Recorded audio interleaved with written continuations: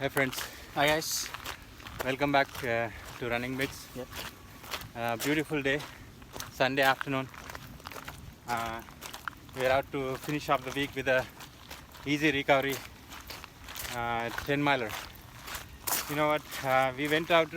Today we came out to finish off a 10 miler on Sunday, but after I've done we've done our 10 miler yesterday, few things happened, right?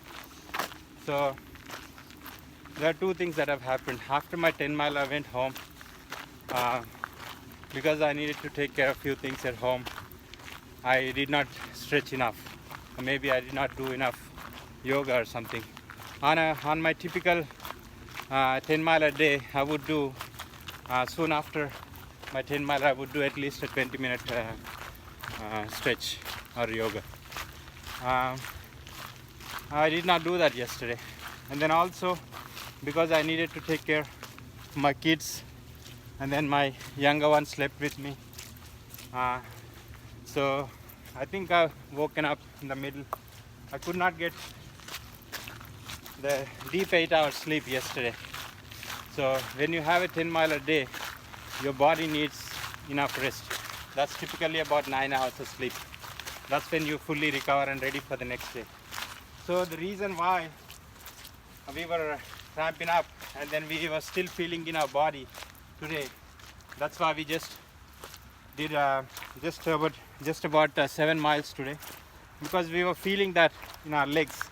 They were tired, not fully recovered, fatigued, and I could see they were cramping up in those muscle groups. So just wanted to emphasize on how important it is to recover your body after an endurance activity. So stretching, rest, nutrition, all those things. But today, that's not what primarily we are here to talk about. We are going to talk about nasal breathing technique. Yesterday we spoke about the heart rate monitor training, right? What is a healthy heart rate wherein under which you must be doing most of your training? It's called green zone, right?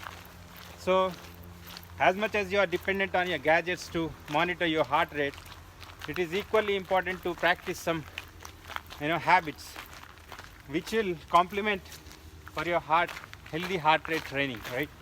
One of those comes to my mind, and I guess it's top of the list, is that nasal breathing technique.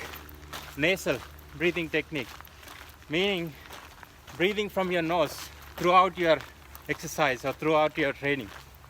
So as we all know, nose acts as a tap to your body for your oxygen and air, right? So what happens when you running or high intense training, you, as much as your intensity goes up, you start to open up your mouth for more intake of air, and that's when your heart goes up for a elevated heart rate. So it's complementing each other, right? You're intaking more air from the mouth, and then that's how much your heart needs to process to send oxygen to your muscle group. So it's about helping each other, right? You are opening up your gates for more air than what you need, and then your heart is pumping at a higher rate, which may not be a good practice in a longer run, which means you are training on an elevated heart rate. So one of the techniques that could help you regulate your oxygen intake, and thus by helping your heart pump on at an aerobic pace, is that nasal breathing. So consciously, whenever you train, make sure you're not opening up your mouth. All of your breathing must be from your nose, nasal breathing. So when this happens, I know when we hit the hills, when you tend to walk on the hills, high intensity, when you speed up and all those things, your body needs more air, thus you tend to open your mouth for more air. Don't do that, right? when you have to up the tempo, slow down. So with the same amount of air that need to be processed by your heart. So slow down at a high intensity so that your airflow is regulated through your nasal breathing, right? So consciously remember all the time that you must be breathing from your nose, right? Don't open your mouth so that your heart rate goes up. This is what I've been practicing, and this is what helped me in a longer run.